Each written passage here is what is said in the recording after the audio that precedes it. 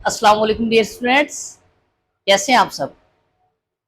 मैं हूं गुलाम मुर्तज़ा, आपका फिजिक्स टीचर। आज हम फर्स्ट ईयर फिजिक्स का चैप्टर नंबर 2 स्टार्ट करेंगे। चैप्टर नंबर 2 स्टार्ट करने से पहले मैं आप तमाम लोगों को आपके अपने ही channel physics point by GM sir के अंदर खुशामदीद कहता हूं। चले हम आज चैप्टर नंबर 2 का जो पहला टॉपिक है, जिसका नाम हमारे पास है basic concept of scalar and vector. अब ये टॉपिक पढ़ने से पहले हमें पता होना चाहिए फिजिकल क्वांटिटीज के बारे में। फिजिकल क्वांटिटीज कौन सी क्वांटिटीज होती हैं डियर स्टूडेंट्स? फिजिकल क्वांटिटीज ऐसी क्वांटिटीज को कहते हैं जिनको मेजर करने के लिए हमें किसी न किसी इंस्ट्रूमेंट की जरूरत हो। मीन कि all those quantities which can be measured, जिनको हम मेजर कर सके और वो हम किसी भी इंस्ट्रूमेंट के थ्रू वो क्वांटिटीज को मेजर कर सके, उन क्वांटिटीज को हम कहते हैं फिजिकल क्वांटिटीज कहते हैं। इन शॉर्ट आप ये कह सकते हैं कि all measurable quantities are physical quantities. और ये फिजिकल क्वांटिटीज के बारे में मैं अगर इसकी एग्जांपल मेंशन करूं तो मैं ये मेंशन कर सकता हूं कि लेंथ भी हमारे पास जो है वो एक फिजिकल क्वांटिटी है, क्योंकि इसको भी हम मेजर कर सकते हैं। मैस ये भी फिजिकल क्वांटिटी है, और टेम्परेचर बेटा जी ये भी एक फिजिकल क्वांटिटी है। और इसी तरह हमारे पास बहुत सारी क्वांटिटीज है जो कि फिजिकल क्वांटिटीज के अंदर आती हैं। अब फिजिकल क्वांटिटीज के बारे में तो हमने पढ़ लिया कि वो सारी क्वांटिटीज जिनको हम मेजर कर सकते हैं। अब इसका काउंटर क्वेश्चन ये कि सर नॉन फिजिकल क्वांटिटीज क्या होती है? बेटा याद रखिएगा कि आल्दो ये हमारा सिलेबस का पार्ट नहीं है, लेकिन हमें पता होना चाहिए नॉन फिजिकल क्वांटिटीज के बारे में।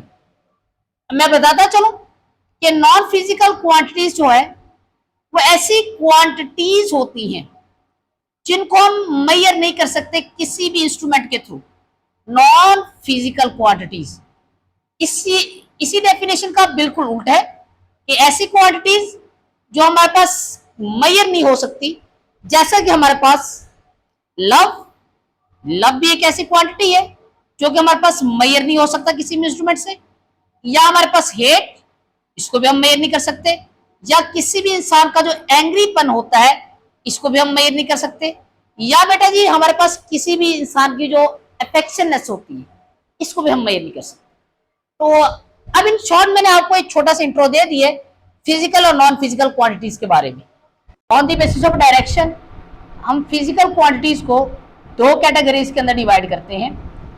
एक बड़ा जो कैटेगरी है वो हमारे पास है स्केलर क्वांटिटी। बेटा ये जो दूसरी कैटेगरी है वो हमारे पास है वेक्टर क्वांटिटी।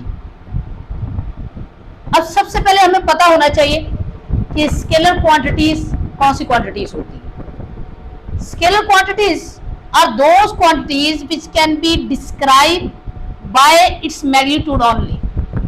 ये ऐसी क्वांटिटीज होती हैं जिनको डिस्क्राइब करने के लिए हमें सिर्फ और सिर्फ उसके मैग्नीट्यूड की जरूरत होती है, और वहां पे हम डायरेक्शन को मेंशन ही नहीं करते। और यहाँ पे अगर इसकी एग्जांपल ली जाए तो हम ले सकते हैं मैस। बेटा मैस हमारे पास होती है अमाउंट ऑफ अ मैटर। और लेट्स सपोज आप कभी किसी शॉपकीपर के पास जाएं और आप उन्हें कहें कि आपको 2 kg शुगर चाहिए, तो क्या करेगा वो? हमारे पास सिंपल आपको 2 kg जो शुगर है वो शॉपिंग बैग के अंदर मेजर करके माप के तोल के दे देगा। अब आपने क्या उसको, ये जो क्वांटिटी है हमारे पास मैस, शुगर का जो मैस बताने के लिए आपने कोई डायरेक्शन बताई? नहीं बताई। आपने सिंपल क्वांटिटी की आपने मैग्नीट्यूड बताई, तो वो जो हमारे पास शॉपकीपर था उसको बिल्कुल समझ आ गई कि आप क्या चीज़ डिमांड कर रहे हैं। और इसी तरह बेटा हमारे पास जो स्पीड है, स्पीड क्या होती है? स्पीड होती है हमारे पास rate of a distance covered, कि आपने कोई डिस्टेंस कितने रेट पे कवर किया है। अगर इसकी मैं सादा सी मिसाल दूं कि ये हमारे पास जो स्पीड है वो स्केलर क्वांटिटी कैसे है। लेट्स सपोज कि मेरे यहाँ जो कोच है, स्पोर्ट्स कोच, वो मुझे इंस्ट्रक्शन देते हैं कि गुलाम मुर्तज़ा आपने डेली बेसिस पे आपने रनिंग करनी है मॉर्निंग में, और आपने 50 मीटर की स्पीड से आपने रनिंग करनी है। मुझे जो इंस्ट्रक्शन मिली है स्पीड की वो कितनी मिली, क्या मिली है, 50 मीटर की स्पीड से आपने डेली रनिंग करनी है। और आप लोग मुझे बताएं कि जो मुझे मेरे इंस्ट्रक्टर ने जो इंस्ट्रक्शन दी थी स्पीड की, क्या उस स्पीड के अंदर कोई डायरेक्शन मेंशन थी? नहीं मेंशन थी। तो इसका मतलब है कि मेरे इंस्ट्रक्टर ने जो मुझे रनिंग करने की जो इंस्ट्रक्शन दी है, वो इंस्ट्रक्शन सारी की सारी मैग्नीट्यूड के ऊपर मुश्तमिल थी। तो इसका मतलब है कि वो जो इंस्ट्रक्शन थी वो हमारे पास स्पीड की इंस्ट्रक्शन थी। तो स्पीड को डिस्क्राइब करने के लिए सिर्फ और सिर्फ उसके मैग्नीट्यूड की जरूरत थी। मुझे मेरे इंस्ट्रक्टर ने मैग्नीट्यूड बताई तो वो सारी की सारी जो बात है वो मुझे समझ आ गई। और इस तरह हमारे पास डिस्टेंस जो है वो भी एक स्केलर क्वांटिटी है। और डिस्टेंस क्या होता है? Length of travel path. आपने कितना जो पाथ है वो आपने ट्रेवल करना है। जैसा कि अगर मैं डिस्कस करूं तो यहाँ पे लेट्स सपोज कि मुझे कोई कहता है कि गुलाम मुर्तजा आपने डेली बेसिस पे आपने 1000 मीटर जो है वो आपने मूव करना है। अब मेरी मर्जी में 1000 मीटर किस साइड पे मूव करूं, नॉर्थ करूं, लेफ्ट करूं, राइट करूं, ईस्ट करूं या वेस्ट करूं। तो यहाँ पे जब भी आपको किसी भी कोई भी आपको इंस्ट्रक्शन दे कि आपने 50 मीटर या आपने 500 मीटर आप ट्रेवल करें, तो इसका मतलब है कि वो हमें 5 मीटर जो है वो हमें किसी भी पाथ की लेंथ बता रहा है। वो आप जिस मर्जी डायरेक्शन में कवर करें, तो वो जो हमारे पास डिस्टेंस जो हमें बता रहा है उसके हमें मैग्नीट्यूड बता रहे, डायरेक्शन की जरूरत ही नहीं पड़ी। तो ये सिंपल हमारे पास ये भी एक स्केलर क्वांटिटी है। और नेक्स्ट हमारे पास आता है vector quantity. Those quantities which can be described by its magnitude as well as direction. ऐसी क्वांटिटीज जिनको डिस्क्राइब करने के लिए मैग्नीट्यूड के साथ साथ उसकी डायरेक्शन की भी जरूरत हो, उसको हम क्या कहते हैं? उसको हम कहते हैं वेक्टर क्वांटिटीज। जैसा कि बेटा डिस्प्लेसमेंट, डिस्प्लेसमेंट बेटा होती है हमारे पास चेंज इन पोजीशन। अगर मैं यहाँ पे इसकी एग्जांपल दूं तो इसकी एग्जांपल सिंपल ये होगी कि लेट्स सपोज एक पॉइंट ए है और एक पॉइंट बी है। मैं भी पॉइंट ए से पॉइंट बी तक मूव करके जाता हूं। तो मैंने अपनी पोजीशन को ए से बी तक मूव किया। मैंने पहले मैं पोजीशन ए के ऊपर मौजूद था, फिर मैं मूव करके बी के ऊपर गया, तो मैंने अपनी पोजीशन चेंज की। अगर आप यहाँ पे देखें तो यहाँ पे आपने जो पोजीशन चेंज की है वो आपने एक शॉर्टेस्ट इंटरवल के अंदर की है। और जब भी आप पोजीशन चेंज करेंगे तो उस वक्त पोजीशन की जो डायरेक्शन होगी वो इनिशियल से फाइनल की तरफ होगी। तो इसलिए हमारे पास यहाँ पे अगर आप थोड़ा सा और करें तो यहाँ पे आप पास एक लेंथ के साथ साथ डिस्टेंस की आपको डायरेक्शन भी बताई जा रही है। जब भी आपको लेंथ के साथ साथ डायरेक्शन भी बताई जाए तो वो जो हमारे पास जो लेंथ ऑफ पाथ होती है उसको हम कहते हैं डिस्प्लेसमेंट। तो यहाँ पे मैं मेंशन कर देता हूँ कि डिस्प्लेसमेंट क्या है। डिस्प्लेसमेंट हमारे पास सिंपल डिस्टेंस प्लस डायरेक्शन। और यहाँ पे अगर आपको एग्जांपल दूं तो एग्जांपल बिल्कुल सिंपल है कि अगर मेरा इंस्ट्रक्टर या कोई भी मुझे कहे कि गुलाम मुर्तजा आपके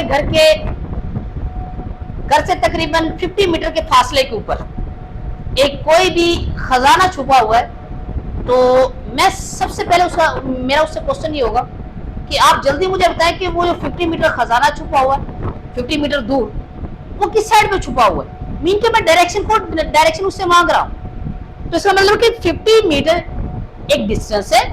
डिस्टेंस के साथ जैसे ही मैं डायरेक्शन डिमांड की तो वो डायरेक्शन और डिस्टेंस मिलके डिस्प्लेसमेंट बना रहे हैं। तो इसी डिस्प्लेसमेंट को हम कहेंगे कि ये डिस्प्लेसमेंट हमारे पास वेक्टर क्वांटिटी है। लेट्स सपोज कि जिसने मुझे इंफॉर्मेशन दी थी उसने कहा कि आपने 50 मीटर किस तरह मूव करना है, नॉर्थ वाली साइड पे मूव करना है, तो आपको वो जो खजाना है वो आपका मिल जाएगा। तो ये जो 50 मीटर टू नॉर्थ है ये हमारे पास वेक्टर क्वांटिटी रिप्रेजेंट करता है कि ये हमारे पास एक डिस्प्लेसमेंट है और डिस्प्लेसमेंट हमारा 50 मीटर है और उसकी जो डायरेक्शन है वो हमारा नॉर्थ वाली साइड पे। और यहाँ पे अगर वेलोसिटी का जिक्र किया जाए तो बेटा वेलोसिटी के लिए हमारे पास सिंपल ये कि जब भी आपको स्पीड के साथ साथ उसकी पर्टिकुलर डायरेक्शन नहीं बताई जाए तो वो हमारे पास होती है वेलोसिटी। जैसा कि यहाँ पे एग्जांपल ली जाए तो अगर मेरा इंस्ट्रक्टर मुझे कहे कि आपने डेली आपने 50 मीटर की स्पीड से आपने रनिंग करनी है, लेकिन आपने जो रनिंग करनी है वो आपने टू साउथ वाली साइड पे रनिंग करनी है। तो मेरे इंस्ट्रक्टर ने मुझे स्पीड के साथ साथ डायरेक्शन भी मेंशन करके बताई। जब भी स्पीड के साथ साथ डायरेक्शन मेंशन करके बताया जाए तो वो जो स्पीड होती है वो वेलोसिटी कहलाती है तो यहाँ पे स्पीड के साथ साथ डायरेक्शन बताई जा रही है, तो इसका मतलब है कि वेलोसिटी भी एक वेक्टर क्वांटिटी है। ये रिप्रेजेंटेशन ऑफ वेक्टर्स, वेक्टर्स को हम एक्चुअली दो मेथड से रिप्रेजेंट करते हैं।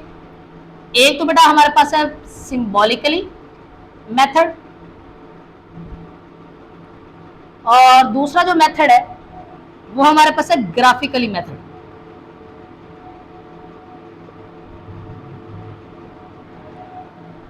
अब सिंबॉलिकली हम कैसे रिप्रेजेंट करते हैं, अक्सर आप लोगों ने टेक्स्ट बुक के अंदर देखा होगा कि जितने भी वेक्टर क्वांटिटीज है वो सारे के सारे उनके जो सैंपल जी उनके सारे के सारे जो सैंपल्स हैं, फोर्स, एक्सेलरेशन या हमारे पास टॉर्क और अदर जितनी भी क्वांटिटीज है वेक्टर क्वांटिटीज, उन सारे सैंपल्स को टेक्स्ट बुक के अंदर बोल्ड फेस में राइट किया होता है। तो हम ये कह सकते हैं कि in a text book vector can be represented by a bold face letter. अब यहाँ पे अगर इसकी एग्जांपल दूं तो एग्जांपल हम सिंपल ये दे सकते हैं कि मैं यहाँ पे एक लिखता हूँ इसकी एग्जांपल कि लेट्स सपोज कि मैं यहाँ पे फोर्स एफ लिखता हूँ और फोर्स एफ को मैं बोल्ड फेस के अंदर राइट कर देता हूँ मोटा करके। तो ये हमारे पास टेक्स्ट बुक के अंदर जो जहां पर भी हमारे पास जो एफ है वो बोल्ड फेस में लिखा हो, तो इसका मतलब है कि ये हमारे पास वेक्टर क्वांटिटी को रिप्रेजेंट कर रहे हैं। अगर हमारे पास ये जो एक्सेलरेशन का ए है, अगर ये भी बोल्ड फेस में लिखा हो टेक्स्ट बुक के अंदर, तो इसका मतलब है कि वहां पे जो ए है वो हमारे पास वेक्टर क्वांटिटी को रिप्रेजेंट कर रहे हैं। और इस तरह बेतहाशा इसकी एग्जांपल्स हैं, जहां जहां पर भी आप बोल्ड फेस के अंदर फिजिक्स की बुक के अंदर बोल्ड फेस लेटर देखेंगे तो वहां पे वो जो हमारे पास लेटर होगा वो वहां पे एज अ वेक्टर क्वांटिटी के तौर पर एक्ट कर रहा होगा। और नेक्स्ट हमारे पास ये कि इन्हीं वेक्टर क्वांटिटी को हम सिंबॉलिकली लाइट फेस लेटर के अंदर भी राइट करते हैं। बोल्ड फेस के अंदर जब जहां पर राइट करना हो वो हम करते हैं मोस्टली बुक के अंदर, और जब हमने लाइट फेस लेटर में राइट करना हो तो वो हम मोस्टली पेपर के अंदर राइट करते हैं। या हम जनरल जब हम राइट कर रहे होते हैं अपनी फिजिक्स की पेपर के अंदर या जनरल हम कॉपी पे राइट कर रहे होते हैं, तो वहां पे हम वेक्टर्स को बोल्ड फेस में नहीं राइट करते बल्कि लाइट फेस के अंदर राइट करते हैं। लेकिन अगर आपने लाइट फेस के अंदर राइट करना है तो आप क्या करेंगे, आप वेक्टर का सैंपल राइट करेंगे, या तो आप वेक्टर के सैंपल के ऊपर अबव आप एरो मेंशन कर देंगे या आप उस सैंपल के बिलो एरो मेंशन कर देंगे। तो मैंने भी यही बात मेंशन की हुई है। It can also be represented by light face letter. हम वेक्टर को लाइट फेस लेटर के थ्रू भी रिप्रेजेंट कर सकते हैं, लेकिन अगर आपने लाइट फेस लेटर के थ्रू रिप्रेजेंट करना है तो आप क्या करें, आप उस सैंपल के अबव या बिलो क्या करें, एक एरो प्लेस कर दें। अब वेक्टर को रिप्रेजेंट करने का एक और भी मेथड है जो कि ग्राफिकली मेथड। वेक्टर को हम ग्राफिकली कैसे रिप्रेजेंट करते हैं, वेक्टर को ग्राफिकली रिप्रेजेंट करने के लिए आपने क्या ड्रॉ करनी है, सबसे पहले एक स्ट्रेट लाइन ड्रॉ करनी है। यहाँ पे मैं एक स्ट्रेट लाइन ड्रॉ करता हूँ और स्ट्रेट लाइन के एक एंड के ऊपर आपने प्लेस कर देना है एरो, चाहे वो आप इस साइड पे एरो प्लेस करें चाहे इस साइड पे एरो प्लेस करें। और लेट्स सपोज ये जो मेरे पास स्ट्रेट लाइन है ये हमारे पास रिप्रेजेंट कर रही है वेलोसिटी वेक्टर को, और यहाँ पे ये जो हमारे पास वेक्टर है, इस वेक्टर की जो ये स्ट्रेट लाइन है, स्ट्रेट लाइन की इस पार्ट को हम कहते हैं टेल, और इस स्ट्रेट लाइन का जो ये हेड है, मीन ये जो हमारे पास पार्ट है एरो, इसको हम कहते हैं हेड। और ये जो हेड है, हेड हमारे पास रिप्रेजेंट करता है किसी भी वेक्टर की डायरेक्शन को, और ये जो हमारे पास टेल है, जो लेंथ ऑफ लाइन है, वो रिप्रेजेंट करती है हमारे पास मैग्नीट्यूड ऑफ वेक्टर क्वांटिटी को। और अगर मैं यहाँ पे एक और वेक्टर ड्रॉ करूं तो लेट्स सपोज यहाँ पे एक मैंने ये वेक्टर ड्रॉ किया, ये भी हमारे पास फर्ज करें वेलोसिटी का ही वेक्टर है, लेकिन यहाँ पे ये जो वेक्टर है, इस वेक्टर की जो लेंथ है लाइन की वो कम है, इस वेक्टर की जो लाइन है उसकी लेंथ क्या ज्यादा है। ज्यादा लेंथ हमें ये रिप्रेजेंट कर रही है कि इसका मैग्नीट्यूड ज्यादा है। लेट्स सपोज मैं यहाँ पे पुट करता हूँ कि इसका जो मैग्नीट्यूड है फर्ज करें वो है हमारे पास 20 मीटर पर सेकेंड, और इसका जो मैग्नीट्यूड है वो हमारे पास फर्ज करें 50 मीटर पर सेकेंड। तो हम ये कह सकते हैं कि अगर इसका हमारे पास मैग्नीट्यूड कम है तो इसकी लाइन की लेंथ छोटी है, और अगर इसका मैग्नीट्यूड ज्यादा है तो इसका मतलब है कि इसकी लाइन की लेंथ ज्यादा है, और इसकी जो डायरेक्शन है वो हमारे पास इस साइड पे, और इसकी डायरेक्शन है वो हमारे पास इसके बिल्कुल ऑपोजिट साइड पे। और बेटा नेक्स्ट हम क्या करेंगे, नेक्स्ट हमने यहाँ पे जो मैग्नीट्यूड है वेक्टर का उसकी रिप्रेजेंटेशन भी पढ़नी है कि हम मैग्नीट्यूड को कैसे रिप्रेजेंट करते हैं। और मैग्नीट्यूड को रिप्रेजेंट करने के लिए हम यूज करते हैं लाइट फेस लेटर। यहां पे मैं लिख देता हूं representation of magnitude, representation of a magnitude, vector के मैग्नीट्यूड की रिप्रेजेंटेशन। और उसके लिए हम क्या यूज करते हैं, उसके लिए हम यूज करेंगे, एक तो हम यूज करेंगे light face letter, light face letter.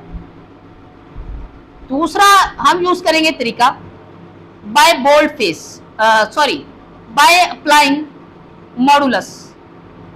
Modulus भी हम अप्लाई करके हम क्या कर सकते हैं, वेक्टर के मैग्नीट्यूड को रिप्रेजेंट कर सकते हैं। अगर हम यहाँ पे देखें तो लाइट फेस लेटर के थ्रू हम कैसे रिप्रेजेंट करते हैं।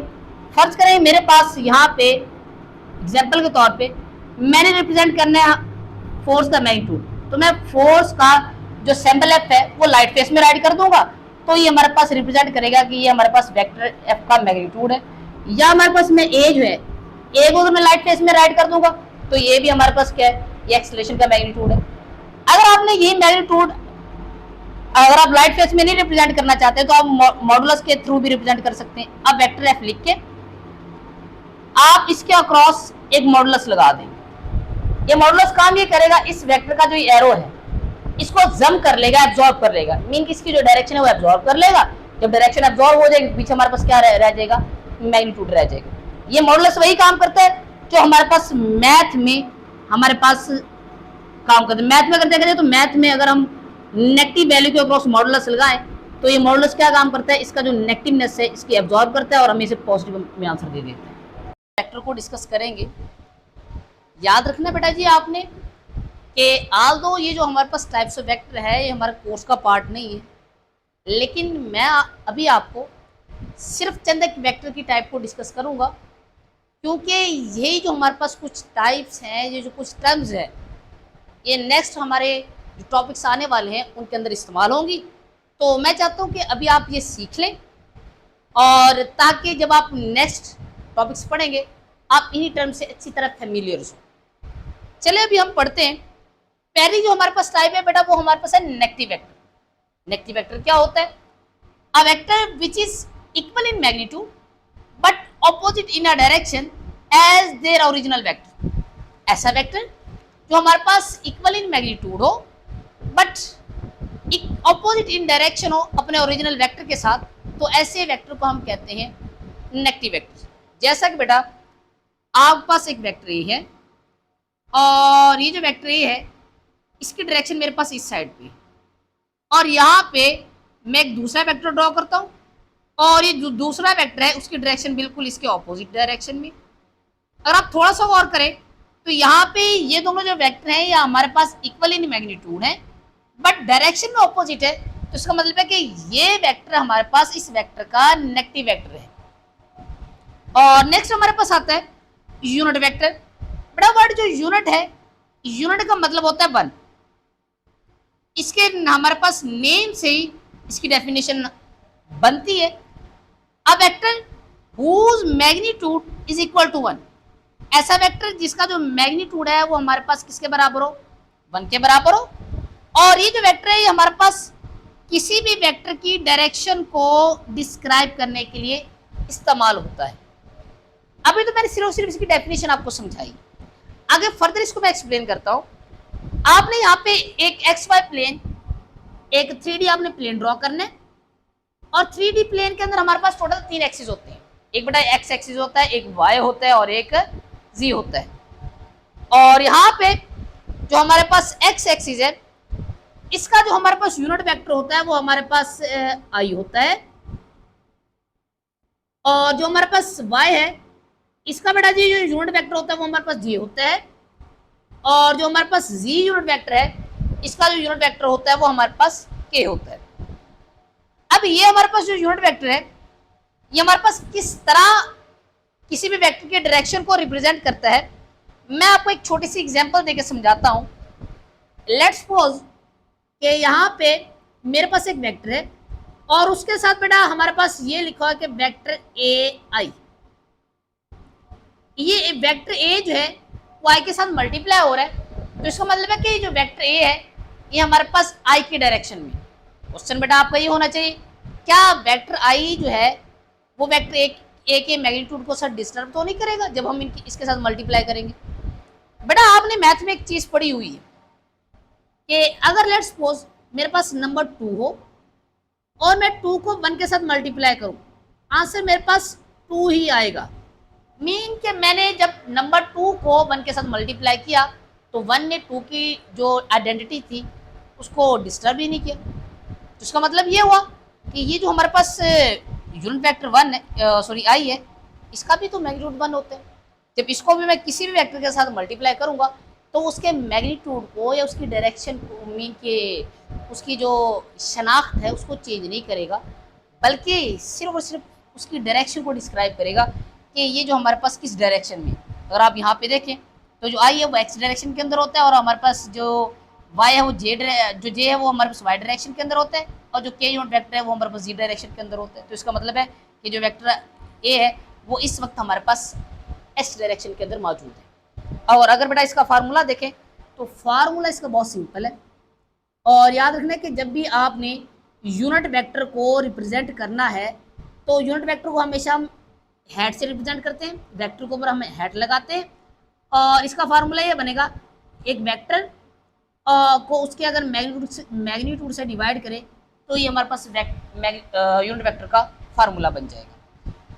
नेक्स्ट बेटा हमारे पास है पैरेलल और एंटी पैरेलल। इसको मैं ज़्यादा एक्सप्लेनेशन में नहीं जाऊंगा क्योंकि हमने सिर्फ टर्म ही समझानी है।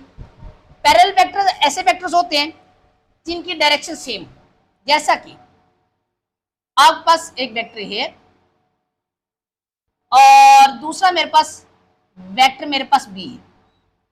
अगर आप थोड़ा सा और करें तो दोनों जो वेक्टर हैं वो हमारे पास सेम डायरेक्शन के अंदर है। जब दो वेक्टर हमारे पास बेटा सेम डायरेक्शन के अंदर हो तो ऐसे वेक्टर्स को हम कहेंगे पैरेलल वेक्टर। और याद रखिएगा कि पैरेलल वेक्टर ऐसे वेक्टर होते हैं जो हमारे पास साथ साथ तो चलते जाते हैं लेकिन कभी भी आपस में इस तरह इंटरसेक्ट नहीं करते। जैसा कि अगर आपको मैं दिखाऊं तो ये लेट्स सपोज ये दो वेक्टर्स हैं वो साथ साथ तो चलते जा रहे हैं लेकिन कभी भी आपस में इस तरह इंटरसेक्ट ना करें, तो इन्हीं वेक्टर्स को हम पैरेलल वेक्टर कहेंगे। और इनके दरमियान बेटा जो एंगल होता है वो हमारे पास होता है 0 डिग्री। ये बेटा एंगल आपने याद रखना है, ये पेपर वो आपके अगले टॉपिक्स के अंदर इस्तेमाल होगा। और एंटी पैरेलल वेक्टर्स कौन से होते हैं बेटा? एंटी पैरेलल वेक्टर्स बेटा ऐसे वेक्टर्स होते हैं जो हमारे पास ऑपोजिट इन डायरेक्शन हो, मीन की जिनकी जो डायरेक्शन है वो आपस में ऑपोजिट हो। जैसा कि मैं यहाँ पे एक वेक्टर ए ड्रॉ करता हूँ और इसी तरह हमारे पास एक मैं वेक्टर बी ड्रॉ कर रहा हूँ। अगर आप बेटा देखें ये दोनों जो वेक्टर्स हैं ये आपस में डायरेक्शन में क्या है, ऑपोजिट है। तो इसका मतलब है कि ये दोनों जो वेक्टर है वो हमारे पास एंटी पैरेलल वेक्टर्स हैं और इनके दरमियान जो एंगल होता है बेटा वो हमारे उसका 180 डिग्री। ये एंगल आपने याद रखना है। तो आपने यहाँ पे जो नेगेटिव वेक्टर था इनके अंदर भी डायरेक्शन ऑपोजिट थी लेकिन यहाँ पे जो मैग्नीट्यूड था वो इक्वल था। यहाँ पे हमें मैग्नीट्यूड से कोई सरोकार नहीं है। अगर दो वेक्टर अगर आपस में ऑपोजिट डायरेक्शन के अंदर है तो उन्हीं वेक्टर को हम कहेंगे एंटी पैरेलल कहेंगे और उनके दरमियान जो है बेटा वो एंगल वहाँ हमारे पास 180 डिग्री बनता है। तो बेटा आपका जो फर्स्ट लेक्चर था वो कंप्लीट हो गया और आप लोगों ने ये जो लेक्चर है आपने अच्छी तरह इसका एक पॉइंट समझना है और क्योंकि इसी लेक्चर की बिना इसी की बेस के ऊपर आपके अगले जो 4-5 टॉपिक्स हैं वो आपने पढ़ने या समझनी। आप लोग अपना बहुत सारा ख्याल रखिएगा। अगले लेक्चर तक अल्लाह हाफिज़।